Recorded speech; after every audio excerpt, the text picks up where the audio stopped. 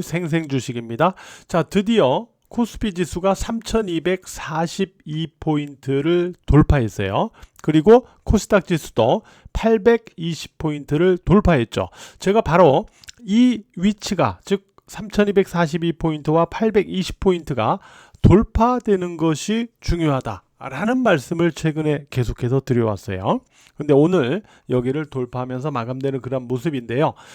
지수가 6거래일 연속 상승 마감을 했고, 또한 목요일, 내일 모레 선물 옵션 동시 만기를 앞두고 있기 때문에 한 차례 변동성이 나타날 여지도 없지는 않지만은, 일단 양시장 지수가 기준점, 중요한 의미가 있는 기준점을 넘겼다는 것은 제가 앞에서 주장을 해왔던 역사적 신고점 경신의 기대치가 계속 살아있다라는 점을 말을 해주고 있죠. 또 한 가지는 제가 앞에서 말씀을 드려왔지만은 21 이평선과 60일 이평선의 이격이 좁혀지는 상태를 놓고 볼 때, 그러니까 이번 주 만기일 쪽으로 접근 내지 만기일 전후에 위든 아래든 방향성을 시도할 가능성이 높다. 그동안은 이러한 상승에 따른 과열을 해소하는 과정을 박스권, 긴 박스권 등락으로 소화를 해왔는데, 이후에 이제는 박스권을 위든 아래든 탈피하려는, 벗어나려는 그런 움직임을 이번 주 만기일 접근 내지 전후에서 보일 가능성이 높다, 이렇게 말씀을 드려왔는데, 일단 현재까지는 위쪽으로 흐름을 시도하려는 그런 모습이 나타나고 있다, 이렇게 우리가 볼 수 있을 것 같습니다. 아직 완전히 박스권을 돌파한 것은 아니지만 결국 저점과 고점, 그러니까 고점과 저점을 낮추던 흐름에서 다시 저점을 높이고 고점을 높이는 이러한 형태로 흐름의 변화를 만들어가고 있다는 점에서 기대치를 다시 살려주고 있다, 이렇게 지수상으로는 평가를 할 수 있겠습니다. 따라서 이제는 코스피 지수 3242포인트와 코스닥 지수 820포인트를 지지로 전환해 나가는지 이 부분을 확인하면서 우리가 긍정적인, 그러니까 지지에서 긍정적인 마인드를 계속 유지할 수 있다, 이렇게 말씀을 드릴 수 있을 것 같습니다. 항상 제가 말씀드리지만 돌파가 중요한 게 아니고, 돌파한 다음에 지지로 전환하면서 움직여주는 돌파 안착의 모습이 의미가 있는 거다 라고 말씀드렸기 때문에, 오늘 돌파는 했지만 다시 지지로 계속 유지가 되면서 움직이는 그런 모습이 확인이 돼야 되겠죠. 바로 이게 후속 흐름에 있어서의 체크포인트다, 이렇게 보시면 될 것 같습니다. 그리고 오늘 종목 같은 경우는요, 반도체나 PCB 같은 IT 쪽, 그리고 증권주 같은 금융주, 이런 쪽이 상승하면서 지수의 상승을 견인했거든요.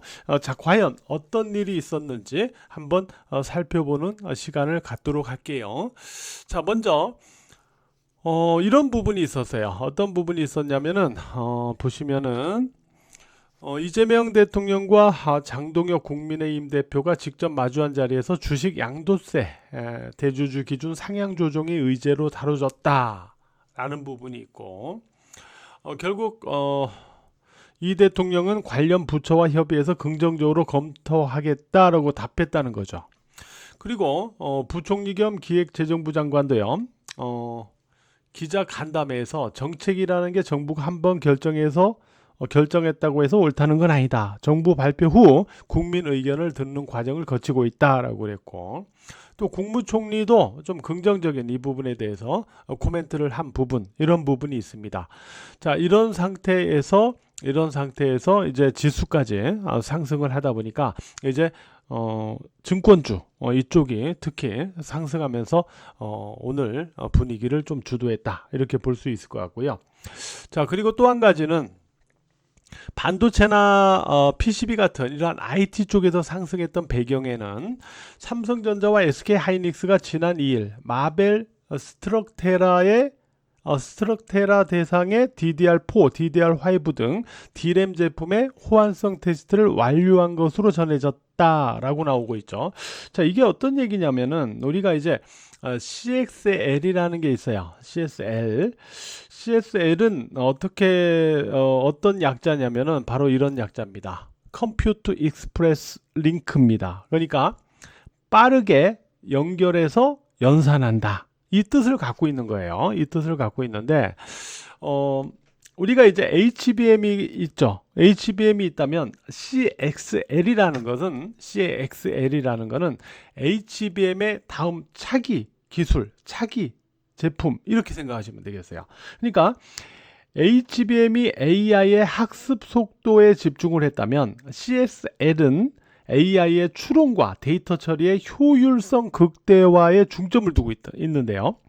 HBM 같은 경우는 이제 CPU나 GPU 이런 쪽이 이제 각각 자기만의 각자 메모리를 따로 사용하죠. 그러니까 개인 서재화 같은 거죠. 개인 서재화 같은 거. 그런데 CXL은 CPU와 여러 장치들이 함께 사용되는 거예요. 그러니까 큰 공용 도서관이다 이렇게 생각하시면 되겠어요. 그러다 보니까 HBM에 비해서 CXL이요 메모리 용량을 무한으로 확장할 수 있는 장점이 있고요. 또 자원의 효율적인 활용으로 데이터 센터의 운영 비용의 절감 이런 부분을 만들어갈 수가 있어요. 또 D램이나 GPU, SSD 등과 같은 다양한 장치를 연결해서 사용하기 때문에 데이터 처리의 병목 현상을 해결할 수 있는 그러한 장점들을 CXL이 갖고 있죠. 스트럭테라는 CXL 2.0 기반의 컨트롤러 가속기 제품인데요. AI 데이터 센터에서 반도체 어떤 기능을 갖다가 대폭 높여주는 그러한 제품입니다. 바로 이 상태에서 마이크론에 이어서 삼성전자와 SK 하이닉스도요. 바로 여기에 대해서 호환성 테스트를 통과했다라는 겁니다. 즉 공급자 명단에 이름을 올렸다라는 소리예요. 그래서 마이크론, 삼성전자, SK 하이닉스가 세 기업이 모두 공급자 명단에 이름을 일단 올리는 그러한 과정이다라고 보시면 되겠습니다. 여기다가 이제 미국 상무부가 중국 내 한국 반도체 공장에 연간 단위로 장비 수출 물량을 승인해주는 방안을 검토 중이다라는 얘기도 있었고, SK 하이닉스에 대한 어떤 이러한 긍정적인 이러한 증권사 보고서도 있었어요. 이런 부분들이 있었는데요. 일단 우리가 볼 때 이런 증권주나 이런 뭐 PCB나 이런 IT 쪽 이런 종목들은요 사전에 올라갈 만한 종목들은 패턴이 만들어져요. 패턴이 보입니다. 저도 이미 보시면 아시겠지만은 대덕전자 같은 종목은 9월 5일에 이미 패턴을 긍정적으로 보고 있죠. 그래서 이게 금요일이죠. 지난주 금요일에 양봉으로 마감되면 이건 이번 주에 추가로 오를 여지가 있는 패턴이다 라고 이미 주식장인과 멤버십 분들에게 말씀을 드렸고, 어제 같은 경우는 이게 미래에셋증권은 제가 이미 바닥권에서 코멘트를 했던 종목이거든요. 그리고 나서 9월 8일 어제죠. 미래에셋증권 여전히 반등 기대치가 살아있는 패턴이다라고 했는데, 이와 같이 패턴이 잡히는 종목들이 궁극적으로 상승하는 그런 모습을 최근장에서 보여주고 있거든요. 자, 그런 상황인데, 자 보시면은 좀 이따 이 부분에 대해서 좀 차트상으로도 한번 살펴보도록 하겠고요. 그 다음에 오늘 하락한 쪽이 있어요. 그죠? 하락한 쪽이 있는데 어떤 쪽이 하락을 했냐면 어제 제가 말씀드렸던 바로 이 부분과 관련해서, 그러니까 미국에서의 이런 한국 근로자 체포건 이거와 관련해서 현대차하고 LG 엔솔에 대한 급습이지만은 궁극적으로 이 마스카 프로젝트 한미 조선 협력 방안을 놓고 향후 조선 쪽에도 영향을 줄 수 있다 이런 얘기를 어제 말씀을 드렸는데, 오늘 조선주가 또 이렇게 전반적으로 다 하락세를 보였어요. 근데 우리가 현대차나 LG 엔솔에 대해서 일단 한국 근로자를 갖다가 이번에 체포했던 그 배경에 대해서 제가 어제 방송에서 말씀을 드렸잖아요. 그러면서 이제 조선 쪽에도 영향을 있다라는 말씀드렸잖아요. 그러니까 우리가 이번 이 사건을 갖다 놓고 일각에서는 여러 가지 얘기를 합니다. 예를 들어서 한국과의 관세 협상이 미진하니까 이를 압박하기 위해서 이런 일을 벌였다 라는 얘기도 있고, 뭐 여러 가지 예측들을 합니다. 근데 제가 생각하는 가장 중요한 미국이 이번 사건을 일으킨 배경이 뭐냐라는 부분을 우리가 생각을 해보면은, 결국 이 배경을 얘기했잖아요. 미국에는 숙련공이나 기술자가 없다. 그죠? 그리고 이들을 양성을 주라고 해놓고 오랜 시간 걸려서 비용을 들여서 해놓으면은 뭐 이직하고 그 다음에 퇴직하고 또 말썽 부리고 뭐 지각하고 뭐 마약 뭐 이런 거, 그죠? 그래서 그러다 보니까 공장을 미국에 지을 수밖에 없으니까 지으라고 하니까 짓는데 이런 기술자들이 필요하니까 뭐 관광비자나 단기비 뭘로 해갖고 이런 숙련공들을 이제 미국으로 불러들여서 이렇게 하고 있는데, 이걸 미국도 알고 있었는데 묵인하다가 갑자기 이번 일을 벌인 거다라고 그랬잖아요. 그래서 이번 사건을 벌인 가장 중요한 이유는 뭔가? 가장 중요한 이유는 그거예요. 미국인을 교육시켜서 숙련공 기술자로 만들어라 이거예요. 그러니까 한국인들을 데려다가 하지 말고 미국인을 숙련공 기술자로 만들어 달라는 거예요. 고용을 해가지고. 이 얘기는 궁극적으로 길게 보면 미국이 자동차든 2차 전지든 조선 쪽에서 뭔가 지배력을 만들겠다 이거예요. 이쪽 산업을 자기들 것으로 지배력을 만들겠다는 거예요. 그러려면 이쪽에서의 숙련공 기술자들이 나와야 될 거 아니에요. 이거를 갖다가 만들어라 이 얘기를 하는 거예요. 이게 이번 사건의 가장 핵심적인 원인이다라고 저는 개인적으로 생각을 하고 있습니다.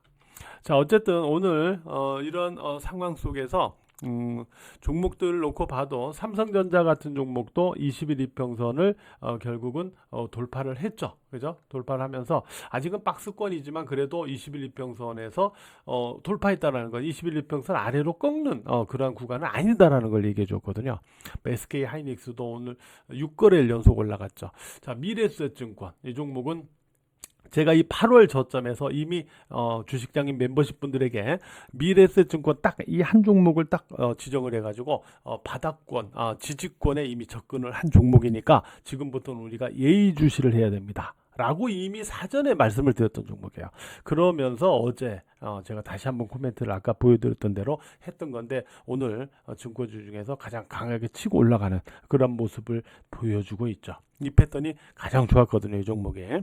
그리고 여타 오늘 아까 CXL 이런 쪽과 관련해 가지고 코리아 서키트 이러한 PCB 쪽에서 강세를 보여주면서 대덕전자 같은 종목도 오늘 상승하는 그런 모습을 같이 보여줬습니다. 그래서 제가 강조하고 싶은 건 뭐냐면, 지금 장은 지수 자체는 너무 걱정할 필요가 없기 때문에 이제 종목이 중요한데, 종목도 우리가 이미 계속 앞에서 조선만 얘기하잖아요. 이미 많이 올라간 것들. 그러나 지금은 장이 이렇게 또 바뀌면 계속 올라갔던 것만 올라가는 게 아니라 올라갔던 쪽에서 매물이 나오면서 다른 쪽에서도 올라가는 형태가 나오거든요. 근데 다른 쪽에서 올라갈 때 보면 미리 예고하듯이 뭔가 패턴이 만들어져요. 그래서 이런 패턴을 만들어 놓고 있는 종목들, 패턴이 좀 양호하게 바뀌는 종목들, 이런 종목들을 좀 주목을 해야만 결국 우리가 수익을 낼 수 있는 매매 종목들을 선정해서 남보다 앞서서 매매를 해서 수익을 만들어갈 수 있다. 지금 장에서는 이러한 부분이 중요하다라는 말씀을 좀 드리고 싶습니다. 자, 오늘 하루도 매매하시느라고 모두 고생 많으셨습니다.